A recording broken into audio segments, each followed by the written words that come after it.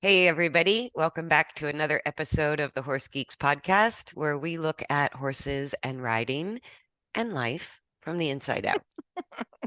Right? Yes. So, I'm Kirsten Nelson, professional horse trainer. I got sidetracked by adding in anything to the intro. Yes. I'm Kirsten Nelson, professional horse trainer, and with me again is my good friend Deb Romero, certified Alexander Technique instructor.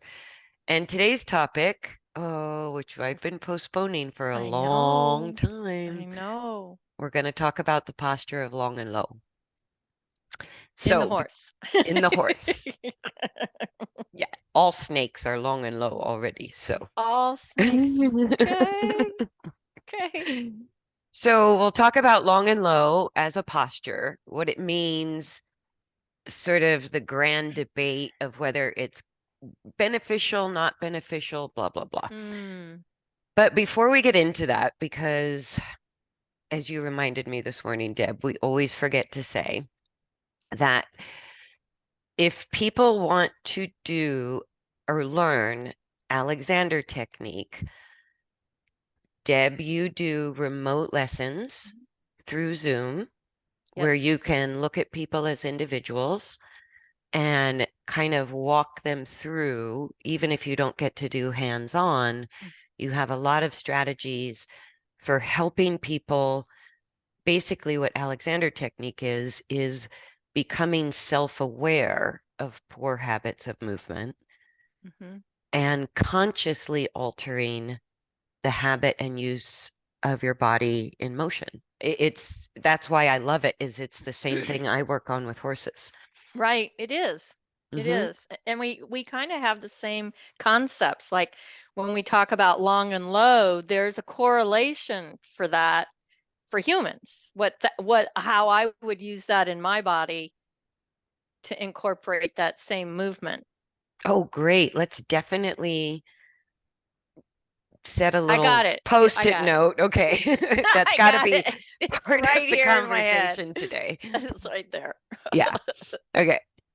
And so in all the show notes, if you're on a regular podcast platform or in the old, what used to be called the description box on YouTube, every single podcast, I always post your website, which is the Ah, best way to get in yeah. contact with Deb and set up.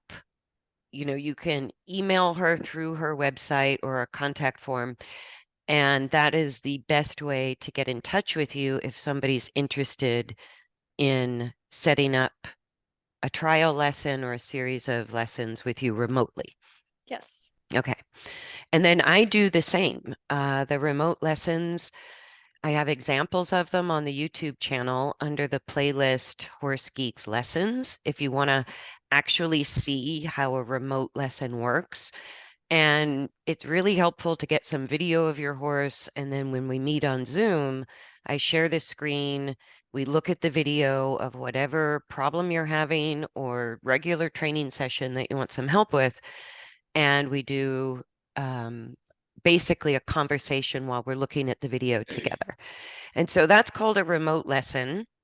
And for people I've never worked with before, I actually offer a free one called a power hour as an initial trial for anybody who wants to try it out.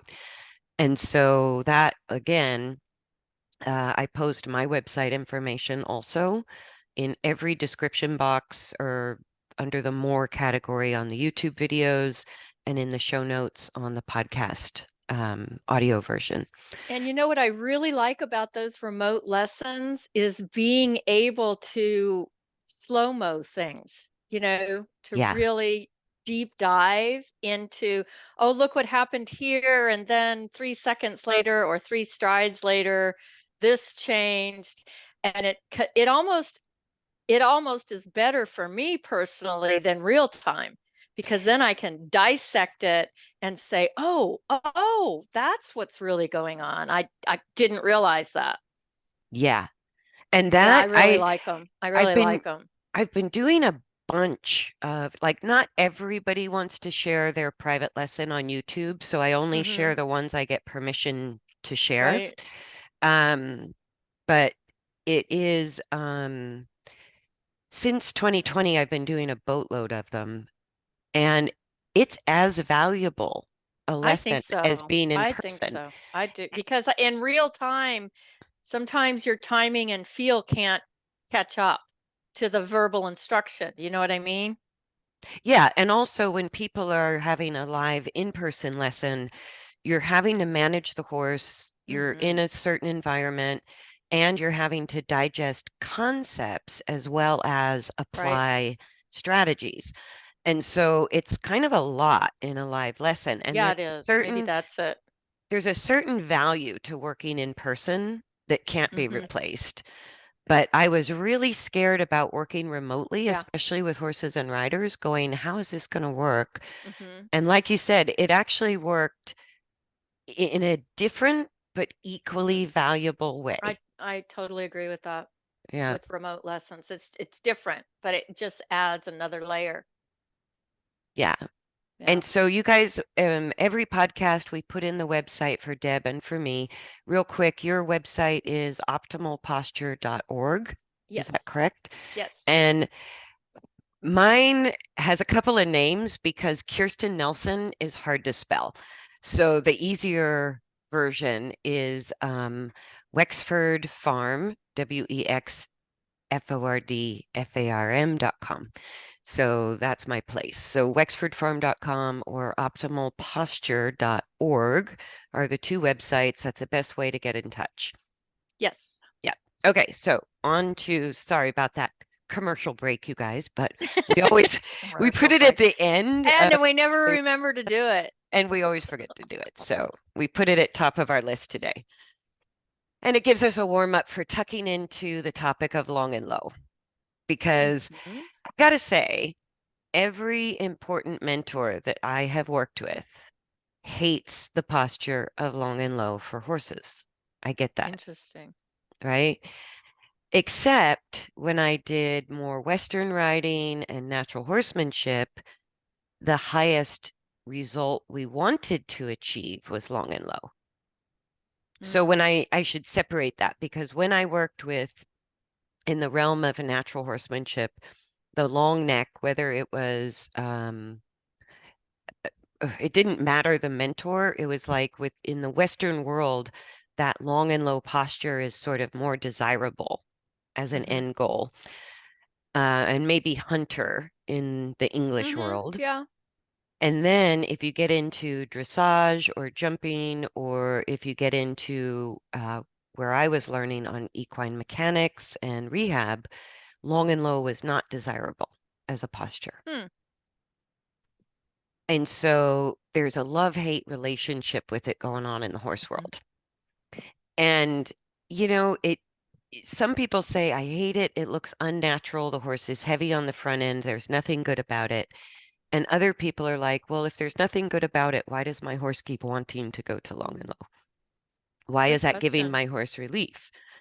Right. And in sort of pondering those questions, my first response is, it ain't about me. It ain't My about us, my right? opinion does not matter, right? Whether I like it or don't like it, whether I think it's right Good or point. wrong, it is not up to me. So I go, is it through a mechanical lens, is it beneficial at all? Or is it detrimental completely?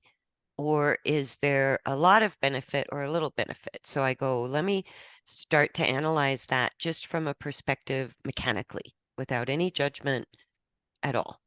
And it's per horse. It's not a generic code here, you No, know. it's a function of the body. Yeah. And I think what makes me a little crazy, and we talked about this in Postures and Frames on that podcast, Hmm.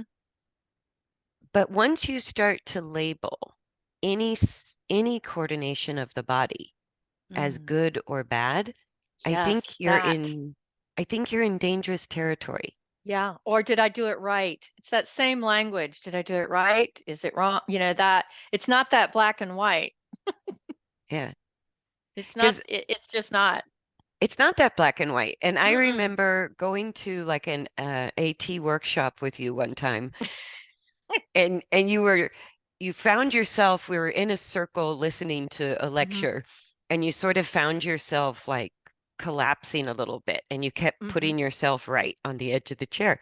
And the instructor called you out and went, Did big time. it was so great because in that moment, it sort of was an epiphany that I applied to long and low in my work Ah, because I went, what she pointed out was don't label slouching as bad, right. right? How could you slouch in your best possible use, There you go. right? And I went, Or be "Ka-choom." aware that you're slouching. Just coming to that awareness of what's happening in your body. Yeah. And And I I love just, that. We've talked about self-carriage of horses. Who does that anymore? I think that's the realm we're in. It's like, let them play with their own self-carriage and see what they find. yeah, because by trying to be perfect and by Mm. eliminating any natural use of the body, I'm sorry, but there ain't no way that horse is going to discover self-carriage Hmm. because you're telling the horse you can't go there, right? So Good even point. Good, really strong point because when I'm working with people, I always say, be creative, ask questions. There's no right or wrong here. it's a body. It's an exploration of use, is what it is. Yeah. Yeah. And so when we start to judge different postures, even the posture of extension that we did a whole podcast on, Yeah, we did. that serves a temporary purpose, Right. and an important temporary purpose, because if a horse becomes scared and defensive, that posture gives instant access to Hmm. power, speed for fight or flight. Now, if it's sustained over time, if you add weight to a horse's back in that posture, then it goes from useful to not useful. It goes Right. from useful temporarily to damaging if long term, right? And so I can't say it's wrong for a horse to drop its back, shorten its neck, and go upside down. It's just not something that is useful as the strongest and most prevalent use of the body, because Right. that's where it starts to It's a create damage. habit. It's a subconscious instinct that comes up. And it's in my work, it's looking at those instincts and always asking, is that appropriate for now? Yes, and it Yeah. is an instinctual posture, Mhm. Yeah. right? So the posture of extension with the back dropping, the hindquarter disengaging, the neck muscles shortening, either up or over curling forward, all of those uses of the body, it's very beneficial short term because it's an instinct, Right. right? It goes with instinct related to the sympathetic nervous system, right? So when the sympathetic nervous system of fight and flight is activated, that becomes the physiological posture. And it's useful in that capacity. Where it ceases to be useful is when it becomes the most prevalent habit of the body Exactly. as a regular coordination. It's no And we longer see it in useful. humans too. I mean, it's this, it's the same posture. It's kind of like we can talk about the long and low and what that is for a human. Humans, it's kind of like fetal. It's a fetal position Oh, going do the talk about that because I had no idea where you were going to go I with didn't long know and where I was going to go low. with that. It just popped that out of my head. But I also see long and low as in our community, we call it forward and up, finding complete length in the spine. Where we go vertical, the horses go horizontal. So, how do I find, instead of having the language of stand up straight, can I change that language to can I stand up soft and tall? Can I find my complete length of my spine without tensing? Right. Yeah. And so is that what you would call long and that would be long and vertical for people though, right? Yeah. So what would We long call and we use the low? language forward and up I guess fetal roll downs, but roll downs, forward roll downs can also be misconstrued. So, it's kind of how you use your spine and when is it appropriate. Like you said about long and low, it has its purpose. It's interesting you say the fetal position because that makes sense to me with the horses. Like it's Yeah. not necessarily a fetal position for the horses in long and low, but it's that sort of lengthening of the muscles along the skull, spine, and Hmm. around the pelvis that can feel really good. And you think of what that does to the central nervous system, you know, that has to be some sort of a comfort at Well, some and level. the thing that I first thought of when you said there's an equivalent for people, tell me if I'm wrong, but the first thing I pictured for people was what you teach as constructive rest. Yeah, of course. That would is always my go-to. Like That that to me is the that is the optimal way to achieve long and low or long and level in a human. You're just supported by gravity differently because once we go vertical, the brain's first thought has to be, I have to maintain vertical. That, right. over gravity. So So we if don't you fall go into over. yeah, if you go into constructive rest, which is laying down with a couple inches of books under your head with your knees bent and your feet up, then your whole spine can lengthen Yeah. and be open in a So safe environment. the similarity to me is that long and low is the opposite posture of extension, Yeah, that right? that's It's a just the simple term. opposite. Yep, It's just the 180 opposite. degrees opposite use of the Hmm. back muscles and the spine. Yep. And so, like in constructive rest for people, part of the benefit is when you're laying on the floor with your skull supported and your knees bent, you're giving yourself time to not work the muscles Right. along the spine and the core, right? So it's a release of tension period Hmm. where you're no longer in a shortening contraction, but you're also not in a lengthening contraction. It's just an absence of contraction. You hope.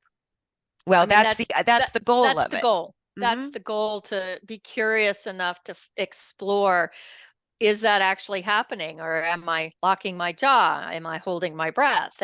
Just it's a place to just check in. Well, and the longer I've played with constructive rest, the more layers of muscular Mm, tension I find I can release. And it comes good point. slowly, sort of little by little. But it's a time where we don't even have to use our muscles to support our relationship with gravity. So we're in Right. a horizontal alignment with our body and we're literally just letting the floor support us in order to take the Yeah. work away from the muscles and restore suppleness, restore length. Yeah, I usually support that with just allow your bones to hold you up. Yeah, That here there's no effort. Just allow the bones to take care of it all, and the muscles don't need to do anything. right. So long and low for horses is really the same. And the way I explain it to people that's easiest to understand is if you guys listening or watching, if you shorten your bicep muscle, right, in your arm, if you show off your big Hmm. guns, right, if you shorten your bicep muscle, that's called a concentric muscle contraction. That's a type of muscle contraction. Concentric means a shortening of the muscle fibers and tightening, right?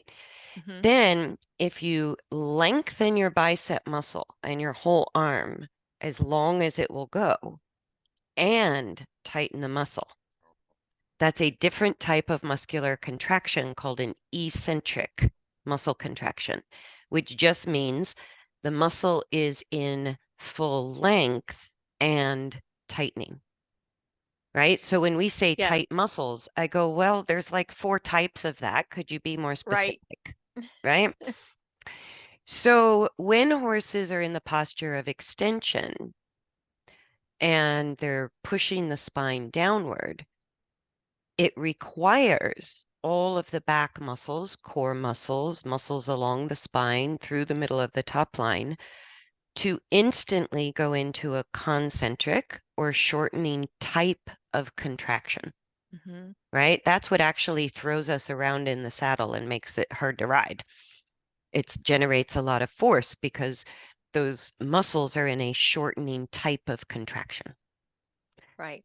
When a horse is lifting the spine upward, longitudinal flexion, lifting the back, rounding, whatever we want to call it, that requires that the back muscles are first lengthened. And as they contract, and it's interesting how the back muscles attach to the spine at 45-degree angles in opposing Hmm. directions. So Hmm. it's actually the muscles above the spine lengthening and contracting that pull the spine upward, right? That's how we lift the back in a mechanical sense. So what is long and low? I go, if I've had a horse that's been not only in the posture of extension, which is your fight, flight, high anxiety posture, right? Knowing it's associated with a shortening of the muscle fibers through the back and the top line, then as I help the the skeleton stabilize, right? Because the more the muscles shorten, the more it sort of destabilizes the skeleton underneath. So when a Right. horse drops the back, it also creates a twisting effect and a bending Right. effect of the It's spine. unstable. Yeah. Very unstable when they drop the Hmm. back. Very rough to ride, quote unquote. Oh, yeah. And the horses are always either refusing to go forward or can't slow Mm, down. I go, that right. sort of type of Good movement point. goes with it, right? Um, they're either hypersensitive or super dull. Like those kind of things go with that posture. Right. And so my way into an authentic long and low, what's required is that the midline, the spine, stabilizes the spine alignment by reducing all lateral bending of the spine, trying to regain a stable alignment from the skull through the neck, through the back to the tail, and then resisting any rolling effect of the barrel, right? That's the twisting of the spine. So if I can stabilize the rotational twisting of the spine and stabilize any left to right lateral bending of the spine, and if the hindquarter is minimally, barely engaged enough Barely. that they can start to stabilize their movement from the hindquarter, then the long and low is the instant, voluntary, spontaneous change of posture that is the result of stabilizing the spine left to right with a minimal degree of hindquarter engagement. You need to That's repeat that whole thing again. okay. I That know. is so important. It's It's like all of those words are so important to hear again. well, because what I almost started off this conversation saying is using gadgets, devices, or Mm, even an aid, even a gentle aid to cue your horse into the posture of long and low is not helpful at no bueno. all. No bueno. And I go, maybe it does a little bit of good because you release some muscle contraction, but it doesn't get you where you want to go. So what I call an inauthentic long and low is if the horse has been manipulated to put Right. the head down in any way, shape, or form. It doesn't happen from the front end backwards. It has to happen from the back end forward, right? And that Because, takes time. That takes you unraveling things, like you said in constructive rest.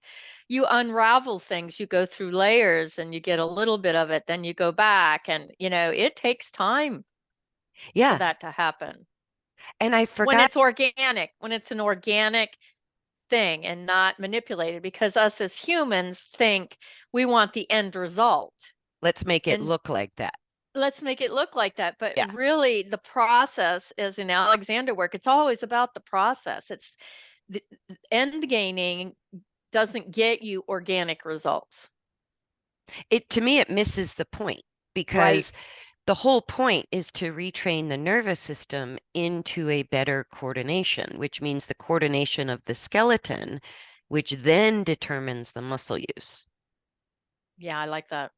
And I forgot to add that in with my little arm muscle example.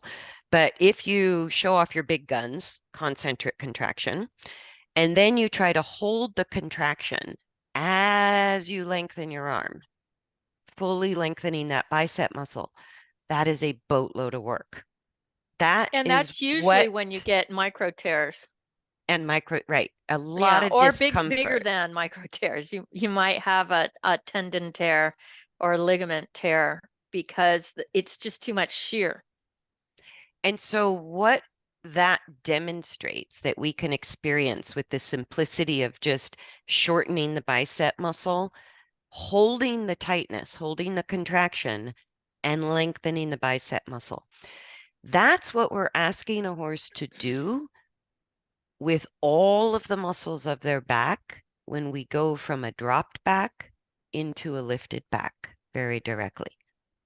That's the muscle Interesting. work that we're asking. And it's called, I think you have to correct me. It's either isotonic or Oh, I'm bad. isometric. I'm not good with that. Yeah, Yeah. okay, let's I skip that totally part. failed that part of anatomy.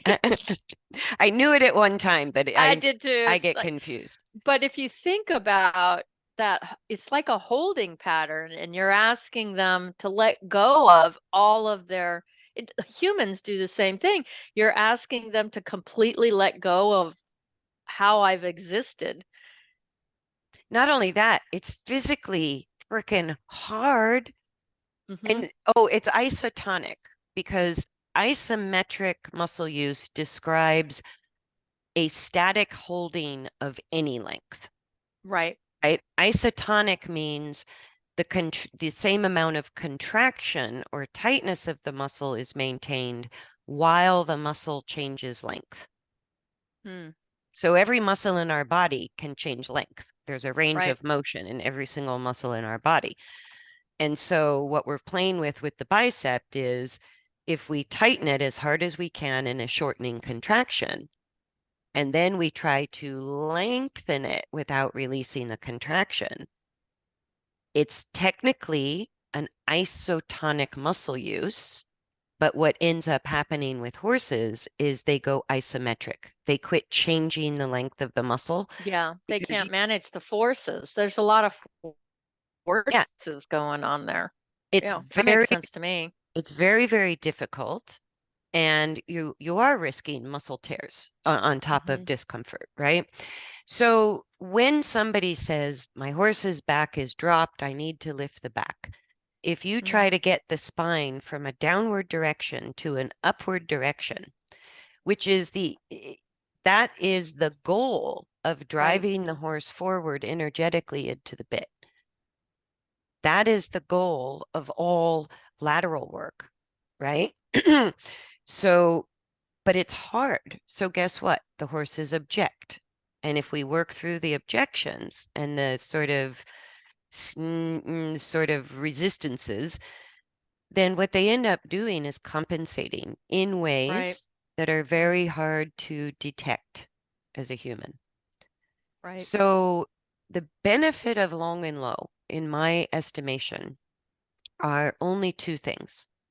Number one, long and low is the natural posture physiologically associated with dominance of the parasympathetic nervous system.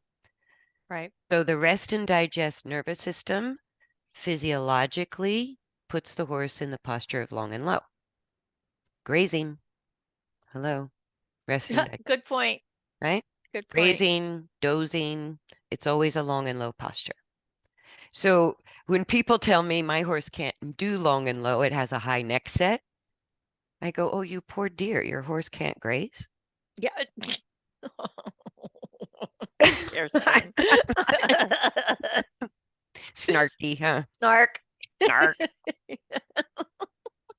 If your horse can graze, your horse can find the posture of long and low during motion.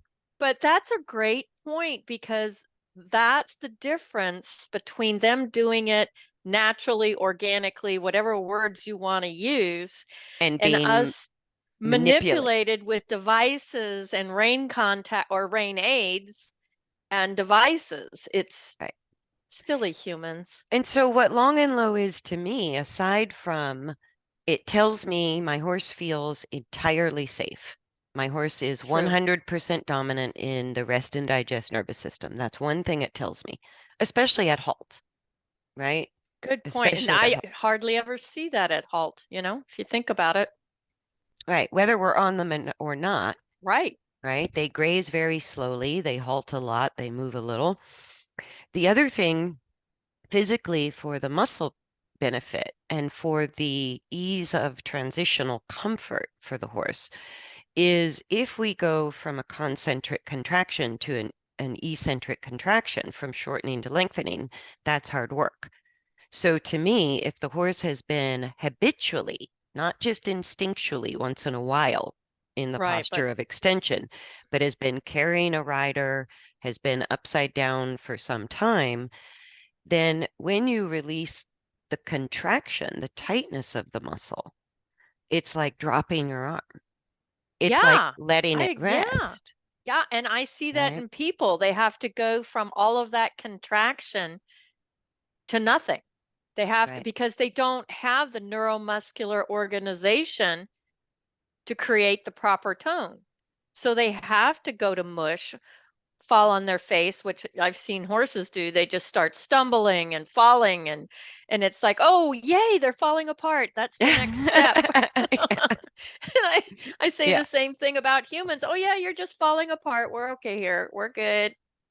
No, and some horses, I've had a couple of clients give me the 911 text message that their horse Mhm. started like they think they have a head tossing syndrome or something, that they start shaking their head a I- lot. I've I've got a horse here now that he wasn't diagnosed, but the previous owner is saying, "Oh, he's got trigeminal nerve impingement." And I'm like, "How do you know that?" Yeah. Because he shakes his head. Oh, So not from an MRI or no diagnostics done. yeah. But I see him as soon as he goes into extension or gets nervous outside of his element, the head shaking comes in. Yeah, and a So, lot of times I go, if it starts after you've achieved a dynamic shift of posture from extension, chronically in the posture of extension, into more and more strides, more frequently in the posture of long and low, mhm. dynamically, not through manipulation of the head and neck, dynamically, then that's when the head shaking can kind of start, or the tripping can kind of You're right. start. It's and sometimes I've got one horse it's like a little tick, you know, Mhm. just Or very even something. sort of a twisting of the neck. Yeah, yeah. It's like this unraveling process, I think, that they're It's the going same through. thing we do when we like stretch and Right. just sort It's of like, what is move that? after we've been tight. We just sort of like tweak our body around and stretch a Right. bit, right? No right or wrong way to do that. Right. And what feels good to me feels good to me. Nobody else knows or could guess. So I allow the horse to do that if it's really coming in conjunction with sort of a slow transition into more and more often the posture is long and less often the posture is upside down in extension. Right. And even sort of going against some of my mentors who really discourage the posture of long and low at all, ever, for any reason, what I realized, sort of starting to understand and experience the mechanics myself, is I go, but I have to find the path of least resistance, Mm, right? So with horses, they can't grasp the concept of no pain, no gain. So as soon as they hit a threshold of discomfort, they're going to protect themselves from us. They're going to find ways to compensate, to give us what we think we want without giving us actually authentic mechanical improvements. And they're very good at that. So Yeah. a dynamic long and low is such a relief for Hmm. horses that have been in this chronic shortening contraction through the top line and around the spine that it's not really lifting the back, No. and it's not meant to lift the back. Hmm. What it is sort of a no longer actively pushing the spine down posture. Right. And that's all it is, right? Long and low does not lift the back. It does not engage the hindquarters. It's a result of the spine stabilizing left to right, not up to down, Good point. right? And the horse has to be just minimally using the hind legs and the hindquarters without being like if a horse is severely disengaged or unstable through the hindquarters, there's an extra step I have to put in before the horse could get out of extension and into the posture of long and low. But 9 times out of 10, it's a matter of, from our perspective as a rider, reducing all lateral bend to Hmm. restore a stable, healthy alignment of the spine from the skull to the tail, and reducing all the rolling or the twisting of the spine, the side to side rolling of the saddle and the barrel. And if I stabilize those two spinal functions to gain what I sort of call internal straightness, it has Hmm. nothing to do with your path of travel, you guys. Right. Circles, turns, straight lines, figures eight, nothing to do with your path of travel. An internal coordination or stabilization of the lateral functions of the spine, that's what allows the muscles to restore suppleness and length, Right. right? And so by addressing that issue when a horse is upside down, and I used to go through the same sort of bang your head against a brick wall version of trying to get a horse with a dropped back to lift the back. It is tricky. It's not easy. There's a lot that can go wrong. And Hmm. I got to say, looking around the horse world, we're not getting it. We're not getting it because we We're think not it getting has it. to be a position Mhm. that is stillness, and it's not. It's so dynamic how all of that happens. And I don't know, maybe I'm doing it wrong, but it takes months. It depends on the horse, Yeah. right? It depends on the horse. So to me, long and low as the opposite of, it's the opposite use of the nervous system from fight Hmm. and flight to rest and digest. I That's one like that. benefit. That's the important key, because what I see the progression in my horses is that when they achieve that length, the central nervous system is happy, they're in parasympathetic, nothing bothers them. Yeah, all the horses get calmer in that Yeah, posture. nothing bothers them other than we had a huge lightning strike last night and everybody was went running. But Yeah, I mean the normal UPS truck, bicycles, yeah, dogs barking. That's like, hey, I'm in rest and digest, and I am not going to let anything interrupt that. yeah, Yeah, yeah. that's what I see when they come out of extension and get the long and low organically. Yeah, and the benefit mechanically, if we go to, like you and I have always talked about, what AT has in common with training for optimal balance is the axial skeleton determines the coordination of the limbs, not the other way around, right? So the horses, when we did the podcast Not on the the, other way around. yeah, when we did the podcast on the head neck balance, for horses, it's part of the axial skeleton, just like for humans. But that lengthening of the neck can only happen if all the muscles along the back and the hindquarter are also doing it. That's the authentic long and low.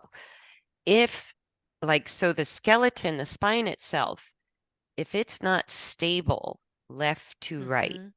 if you don't have a broomstick straight line of force and a level line of force under the saddle and a straight between the pole and the tail, then there's too much lateral movement of the spine.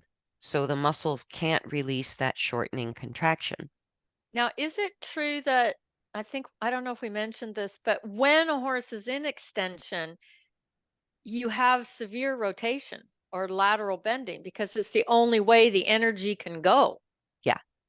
Yeah, When the spine pushes down, it increases rotation or twisting of the spine, okay, and it increases lateral bending of the spine, right? right. And so the whole axial skeleton becomes more and more unstable in that posture. So instead of trying to get from a dropped spine to a lifted spine, that's the up-down direction, it's actually easier to go and fix the side effect of the spine dropping, Good point. right? So the side Go in the effect of the side back door. pushing, yeah, the side effect of the spine pushing down is destabilizing the spine also left to right. So if we go in and stabilize the spine left to right, guess what? They dynamically release the chronic contraction associated with the downward direction of the spine. The muscles lengthen first, then the horse falls forward because of a lack of engagement and lift. And so their body weight pulls them forward and down into long and low. And That's they the, fall. It's sometimes I've seen them, they just yeah. So they if we're doing, fall into it. absolutely, if When we're they've let doing, things go, they don't know what else to do but to fall. because they don't have the ability yet to have a Right. lengthened contraction. They don't have the neuromuscular organizational skills, and neither do humans. The same things happen. Right. So they've been holding, showing off the big guns, right? And then the skeleton arranges in a way, the spine becomes more stable left to right, which then just that muscle contraction is no longer necessary for the stability of the body.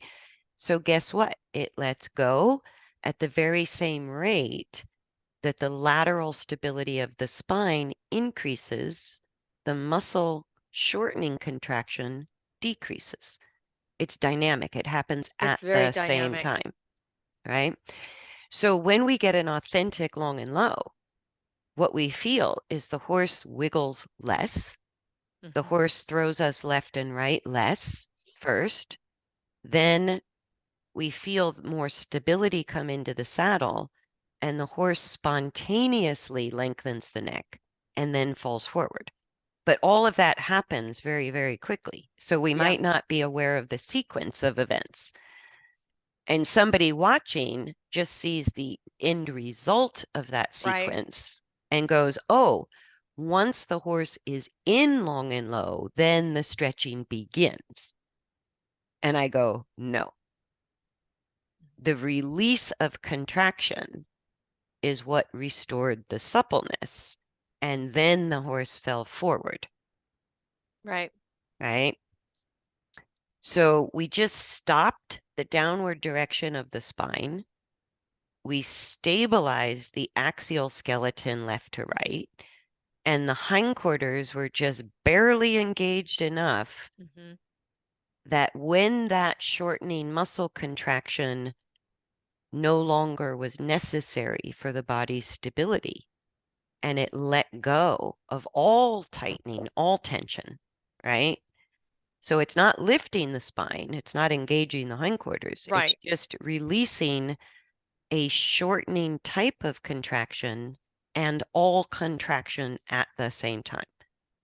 So that's why we get a spontaneous, when we get a true spontaneous lengthening of the neck, you feel as a rider, that's going all the way All the through the way back. down. It's not just the neck, it's going all the way through the back. So when we manipulate the use of the head and neck in a bitless bridle with reins, people, we're still manipulating it, Yeah, we right? are. So when we seesaw the reins, when we put side reins on, draw reins on, German neck stretchers, all that crap, it's like When we put a device or use aids, even without leverage, to get a condition response from our horse. That's a trick, right?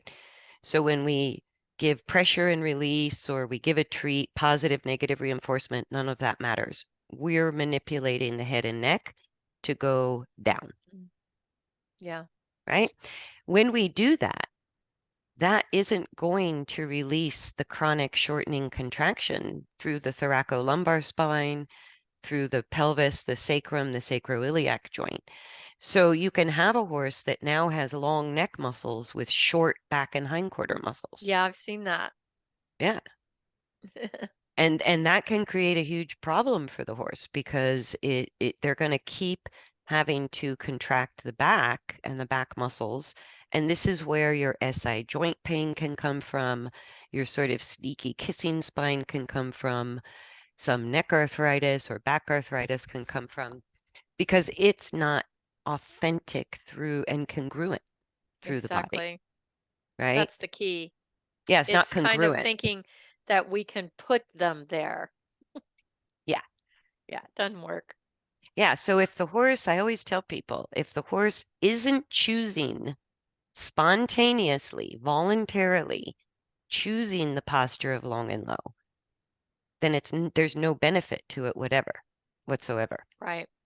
right? You may as well let the horse go in the posture of extension and learn what that horse needs mechanically. And then it's sort of confirmed that you're on the right track because the horse chose a different posture, Yeah. right? And that's super important. That is the only benefit to long and low. And to realize that they're not going to stay there. You know what I mean? It's not because then you have a whole nother problem if you think that's they're supposed to travel like that because then that's mechanized. Well, like we said, the benefit of the posture in long and low is that we've stopped a downward direction of the spine. Right. We've stabilized the spine laterally, and we've gained a minimal amount of hindquarter engagement. If we stay there too long, the body goes into stress and compensation Right. again. The same thing. Right. And as long as the pole is sort of below the line of the back, that tells us the horse is bearing excessive body weight on the front legs. Right. Right. So in the postures of extension, temporarily, no harm, no foul, right? In the posture of long and low, temporarily. And I go, what I mean by temporarily is how long is it going to take this horse to just let the muscles restore Yeah. to normal suppleness? A normal ability what I to be adaptable, to be usable and not staying in any one state. You know that it's completely accessible to whatever Yeah, you need to do. exactly. Yeah. So once a horse can maintain the posture of long and low in motion, walk, trot, then if they can give you 5 to 10 consecutive minutes in walk and trot, choosing that posture, you're ready to move on. And even when you're trying to ask for transitions, that to It can me be is during transitions. Yeah. yeah, that to me is key. If I can't achieve, if they go into extension when I ask for a transition, Up or that down. up or down, it doesn't Hmm. matter, then oh, there's more work to be done. Yeah, because the transitions from halt to walk, from walk to trot, from trot to canter, and then back from canter to trot to walk to halt, that challenges the hindquarter engagement very directly, Right. right? So, like I said, minimal degree of engagement, right? If we say Right. in walk trot, because long and low at canter is a little unsafe. I don't recommend long and low at canter for any rider. If they do it on a lunge line, have at it. No big deal. But to ride long and low at canter, you have a high risk of the horse stumbling and falling, Right. right? Because it's not a balanced posture. But we're pretty safe walk and trot, halt, walk and trot in the posture of long and low. So if we're testing out the minimal degree of hindquarter engagement, our horse should be able to maintain long and low from halt into walk, walk for 5 minutes in long and low, from walk to trot with the transition in long and low, and trot for 5 minutes in long and low, and then transition back to walk without losing long and low, and transition back to halt without losing long and low. Now, that can take some time to achieve, but I I go don't know when I'm going to get there. faster than That's you think. like, that's a master class, is it not? But I think once the more we understand the body, it really depends on where the horse is coming from, how long Yeah, it I takes, agree. right? It's the horse's body that sets the amount of time it's going to Hmm. take. We can't make a horse's body change any faster than making our body change at the gym. And there's, It's, like we said, there's a lot of layers that we might not even be aware of yeah. that they have to go through. I mean, sometimes even with people, just asking the question of could we, be curious about this type of a movement, it can bring up all sorts of shit. Oh, yeah. And then Yeah, it's and you never know. There could be an emotional trauma under that layer, that you've got to stop and go, "Oh, wow, okay. Now we're here." right. Yeah, So it's just like a diet and exercise program for us. If we want to go out right. and compete in a sport, it depends on where we're starting, how long it's going to take us to get there, Exactly. right? And there's no cheating the body. I No, you can't. go, I agree with that. I mean, even steroids and like, juicing or whatever they It call it, gets you in trouble. It's because it's out of balance. You can it's do something for a short amount of time, but it can't be forever. sustainable. Yeah, Exactly. And so it's sort of looking for those shortcuts and quick results right. that actually takes you farther away. It actually makes it harder to get a ideal mechanical coordination. And when it's done authentically, you got to set your time frames aside. Ideal mechanical coordination, I think that's key Hmm. because we can master and force a horse to do just about anything, Oh yeah, that's the easy which part. that's the easy part. But when we're working for that true biomechanical soundness, And that is a that's whole nother ball game. yes. And that's really the benefit is yes, I go, okay, it enhances performance. But before I got into rehab work, I never thought I needed to know about lifting the back or engaging the hindquarters or Mm, collection. I go, I just like trail riding and ranch work. I'm good, right? I like to jump a little bit. Okay, I'll learn. And then when I really got into it, it's for the health of our horse. It's for amen. our horse's well-being. So I go, it's important to every horse, even if it's a once a month trail ride. I totally agree. People that trail ride, this is just as important Yeah, as because and competitive even horses. even for super difficult horses, if we have to spend a year doing groundwork to restore the body before we can ride again, it's for our horse's health as much as it's for our pleasure of riding, right? Right, So the same work. And to me, that's really my, heart motivation right. is it benefits the horse tremendously to guide a mechanical improvement in the coordination. Yeah. There's nothing but benefit. I And mean, so, look at your horses and mine. You've got a horse in her 30s. My guys are in their 20s. going No, strong. going strong, no hock injections, no kissing spine, none of the above things. Um, and it's just been our painstaking adventure for the No, and last. even Lexi, who I show in my on my YouTube channel, we started about 3 years ago when she was 20. And she I had, remember that and then when the owner said that it's taken this long. I think she said 3 or 4 years for her But emotionally to get to the place that she felt like she could ride mm-hmm, with this horse. And I was right. like, oh, that is so cool that she can share that. Yeah, because she was really afraid of her horse. And this was a Right, well-bred, beautiful, expensive show horse, warm blood right. mare, right?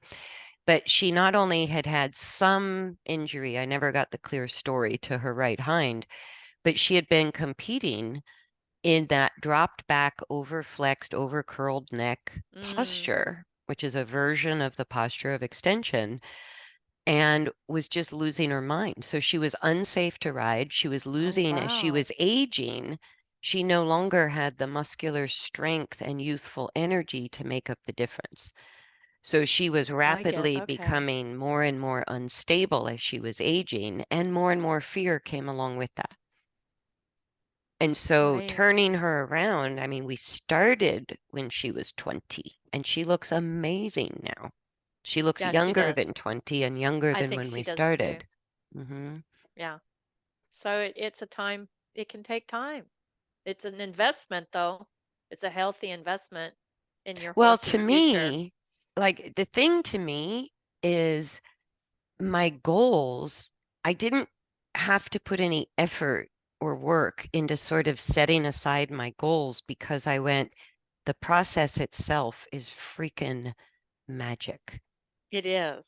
Like the And but that community, we're so geeky anyway we're about so geeky. process. I know. It's But all I about go, the process to us, not the end game. That's well, totally there it. is nothing but process. There is nothing but process because there is no ending in my book. There Well, is no end. the ending is death. We all get there. I go, that's the end, you guys. Good point. That's when we stop changing, is when we're dead or the horse is Right. dead, right? But as long as we're still above ground, we're still changing and growing. And so it's like, what end game, right? Yeah, It's I'm all totally process. into the process of this whole thing, and I I don't know if everybody is, but they should be. We'll leave it up to people to discover. Yeah, But what I come discover. discovered is the deep connection, or I should say, kind of the emotional connection or Mm-hmm. bonding or what we Mm-hmm. call our relationship with a Yeah. horse. I have never been closer I to have my never horses. been closer to these two horses ever than any other horses I've had. Yeah, our relationship, they look for their work time. They They do. greet me. It's like it's at times I've had to set down if I'm doing long reins. It's like I just now can drop the lines or stop the horse, and with an open gate, my horses wait because they want to keep Hmm. working. Yeah. I go, Mine are the same way. That's just that to me is that's crazy what talk. it's all about. That's crazy That's just talk. crazy Your talk, horses lady. want to be with you. Yeah. I love it.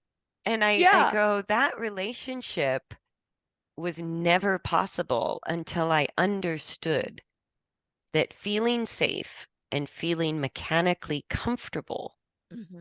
doing anything with me on the ground or riding, showing, Right. not showing, riding around my backyard, right? Hmm. Providing my horse with mechanical comfort and a feeling of safety was the only benefit I could offer my horse. Right. That's what strengthened the relationship. It became mutually beneficial. It wasn't all about me, me, me, me, me. I want this, I want that because I own you. Hmm. You better do it. Exactly. Right? I go, yeah, horses are kind of put on the planet to teach us that just doesn't work. I agree. It's like my favorite saying is that a horse will buck off a king as quick as a groom. Like they don't care. So Yep. do I need to repeat any of the dynamic long and low part again, or do you feel like we kind of covered that? I think the important part for humans to hear is that it's not a place. However you said that, it has to be an organic thing of expression. and we can help them get there, but we can't manipulate them to get there. Right.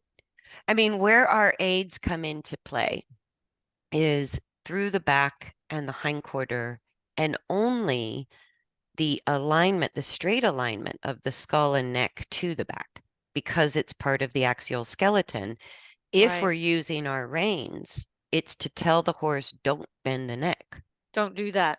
don't bend the Yeah, neck, don't right? do that. Or when we balance ourselves as riders, we're resisting any excess mobility of the spine, rolling the barrel left to right, right? So, or if we're doing groundwork, we're trying to guide the axial skeleton into more alignment, more stability, or the hindquarters into a little more engagement or a little more stability.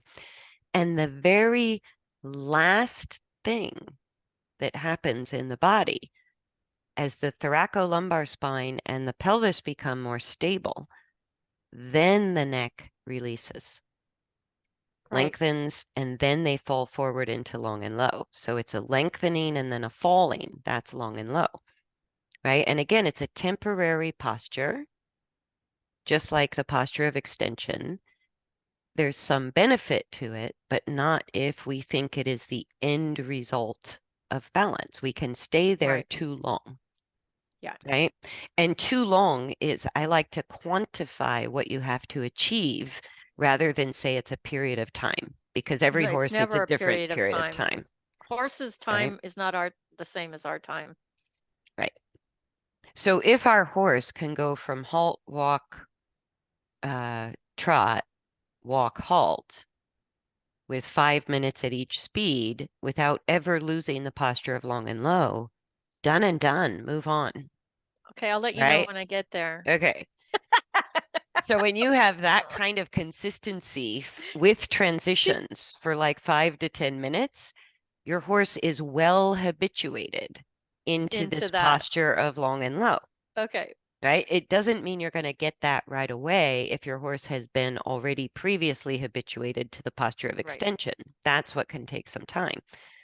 But it sometimes feels so good to horse and rider to be in long and low that they end up staying there too long, True. Another right? conversation. And if you look at horses that are jumping or competing in that posture, those are the horses that are developing ring bone and navicular problems and arthritis in the knees, or the hocks, right? They're losing their health the longer they stay in that posture, Yep. right? So the posture of basic balance is more of a long and level posture. So the neck stays long, but as the muscles of the top line contract in length, eccentric contraction, the spine is going upward just enough and the hindquarters are engaging just enough that it's elevating the front end of the horse along with the neck. And again, that's dynamic. That doesn't even mean we need reins. I can do Right. it without rein resistance. I can do it without a leverage bit, right? It takes more creativity, but it's possible. So that long and level posture means the horse is now resisting their own internal body weight Their from own internal overloading forces. their own front legs, It's a beautiful right? experience to see, ladies and gentlemen, let me tell you. Yeah. And again, it's not, we can sort of gauge it visually, but it has more to do with the function, the coordination of the axial skeleton. So Right? if we try to make it look long and level, the horse will not have ease of steering, ease of No, it's transitions, no, I rhythmic agree. movement. You miss the point. You missed the point. You miss the point. And everybody talks about classically, oh, hang on a second. Everybody talks about in classic horse training, the horse balances back to front, the horse works back to front. And on a practical level, I have yet to see trainers who are not working front to back. I agree. Well, and it's a whole nother podcast about the use of hands and the Oh, yeah, we'll have to do that one oh soon. Lord. But this podcast has gone on long and Yep. low, right? We're good. So the long and low podcast is going on longer and longer. We better wrap it up. Yep. So thanks everybody for joining us. And we may revisit long and low again. We'll see what questions and comments Yeah, come send in us on your comments and YouTube. questions. We love it. Yeah. But remember, there's a dynamic version and there's a man-made version. Mm-hmm. If we're involved in a man-made version of long and low, you miss the point. You get zero benefit to the horse's body and mind. Zero I agree. or very little, right? And the same thing with the posture of extension. There's a dynamic version of it and a man-made version of it. So t putting aside our belief system that either posture is good or bad, right or wrong, Mm-hmm. I go, then we can play with, is it useful right now? Right now. Mm-hmm. Have I been here too long? Good Right? point. And that is where you start to get more authentic changes. Yes. But thanks everybody for joining us. And we look forward to seeing you on the next Horse Geeks podcast. Bye. Bye.